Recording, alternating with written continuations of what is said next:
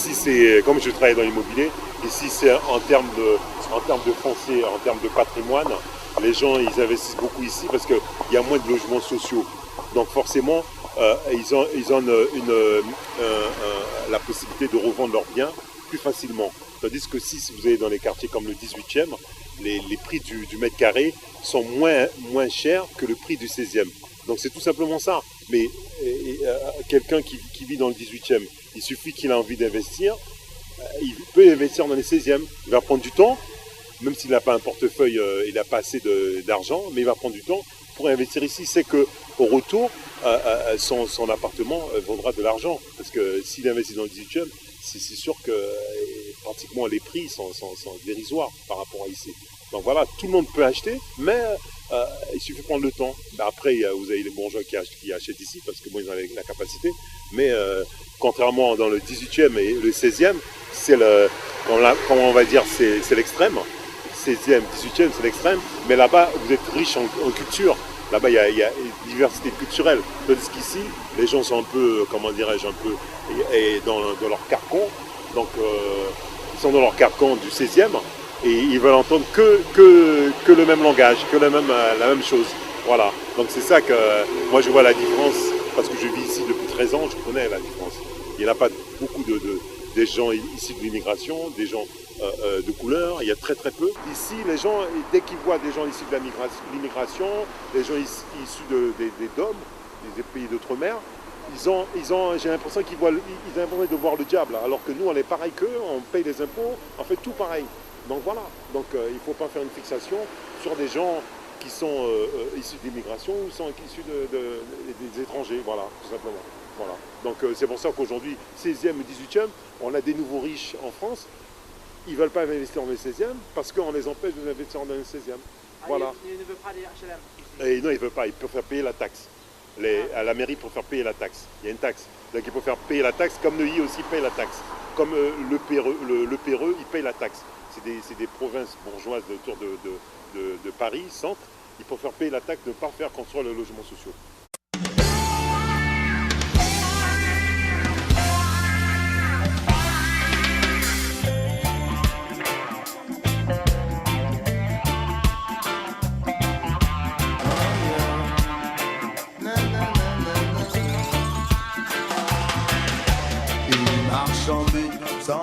Là, ça fait 3 mois. Depuis 3 mois. Et j'y vais par épisode parce que c'est pas la première fois. C'est pas la première fois. Okay. C'est par épisode, quoi. Bon, bah, des fois, par moment, ça va, puis après, ça va plus, ça reva. Puis... Ça dépend de l'attention que les gens portent sur nous, quoi. Parce qu'il y en a qui nous rejettent et puis il y en a d'autres quand même qui viennent nous chercher, qui nous épaulent, quoi. Bah, ils nous arrangent déjà pour avoir des papiers, tout comme ça. Et puis après, par la suite, avoir un logement ou un foyer ou tout comme ça pour dormir, quoi. Pour ne pas rester dans la rue, quoi. C'est des centres d'accueil, mais c'est tout, quoi. On a tout groupé, quoi. Et puis ça pue, ça pue. Le RSA, c'est un ce qui remplace le RMI, c'est un revenu minimum d'insertion, quoi. Ah, et ça, c'est où vous... Ça, je le touche. Ah, oui. Mais c'est tout avec ça. Autrement, je fais de la manche, et puis c'est tout. Ah, bah, ça a tout commencé par un divorce. Hein. Ben, de toute façon, c'est la société qui nous rejette, alors bon. Mais ils font rien pour qu'on soit à l'intérieur non plus. Les gens riches, ils font rien pour nous mettre à l'intérieur. Au contraire, ils nous dédaignent complètement. Bah, les logements, c'est dur à en avoir déjà.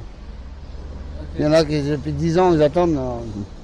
Bah, là, de toute façon, pour l'instant, je suis suivi par une assistante sociale, quoi. Une assistante sociale. Ah, et vous suivez, oui. Mais ça ne se fait pas du jour au lendemain après. Hein. Bon, bah, tout ça, les démarches à faire, tout ça, c'est pas du jour au lendemain. Ce soir, il va pouvoir coucher. Il dort dans le froid, hiver comme été. Soit dans un parc ou dans une cage d'escalier. Il marche en but sans s'arrêter. À se demander où ce soir il va pouvoir coucher. Il dort dans le froid, hiver comme été. Soit dans un parc ou dans une cage d'escalier. Quel âge a-t-il? Il ne sait même plus. Quelle importance maintenant qu'il est dans la rue. Majeur et vacciné depuis pas si longtemps. Arrivé à Paris pour trouver du mouvement. Maintenant il marche en but sans s'arrêter. À se demander où ce soir il va pouvoir coucher. Il dort dans le froid, hiver comme été. Soit dans un parc ou dans une cage d'escalier. Il marche en but sans s'arrêter. À se demander où ce soir il va pouvoir coucher. Il dort dans le froid, hiver comme été. Soit dans un parc ou dans une cage d'escalier. Il s'en souvient encore, il y pensait déjà. Il irait concrétiser tous ses rêves là-bas. La ville lumière où tout est permis. Mais la vie n'est pas si simple malheureusement pour lui. Il s'en souvient encore. Unter der Brücke Pont Charles de Gaulle treffen wir auf Obdachlose, welche zwar größtenteils arbeiten gehen, aber aufgrund der hohen Mieten oder Wohnungsmangel kein anderes Zuhause haben als ihre häuslich eingerichteten Plätze an der Seine. Sans s'arrêter, à se demander où ce soir il va pouvoir coucher. Il dort dans le froid, hiver comme été. Soit dans un parc ou dans une cage d'escalier. Il marche en but sans s'arrêter. À se demander où ce soir il va pouvoir coucher. Il dort dans le froid, hiver comme été. Soit dans un parc ou dans une cage d'escalier.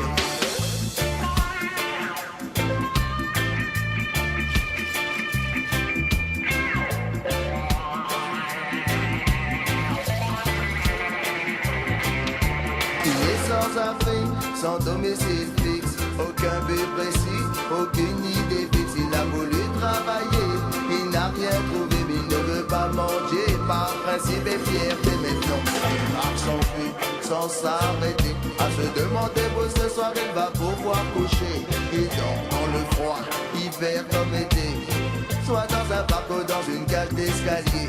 Il marche sans but, sans s'arrêter, à se demander où ce soir il va pouvoir coucher. Il dort dans le froid, hiver comme été, soit dans un parc ou dans une cage d'escalier.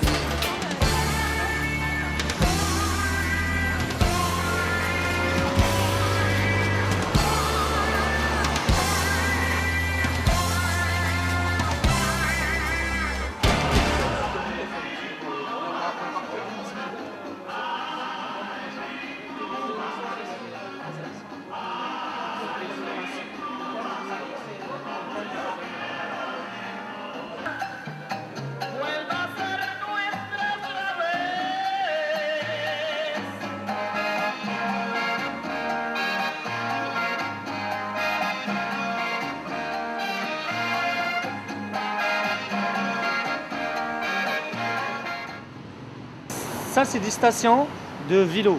Et à Paris, on appelle le Vélib. C'est le vélo de Paris. Et ça, c'est un projet du maire, de Bertrand Delanoë, depuis 2 ans. En fait, ces stations, vous trouvez ces stations de vélo chaque 200-300 mètres. C'est-à-dire, ils sont ici, ils sont là-bas, ils sont là-bas, ils sont là-bas. Et la particularité, c'est que soit vous faites un abonnement annuel qui coûte pas cher, c'est 30 €. Pour les touristes, la première demi-heure, les premières 30 minutes, c'est gratuit. Et ça, c'est dans le projet d'écologie, de machin.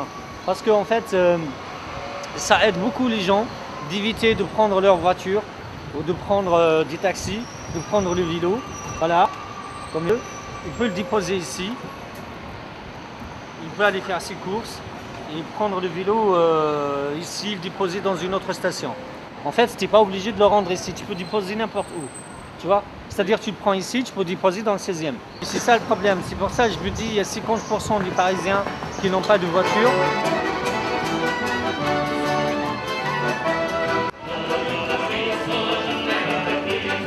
Para pessoas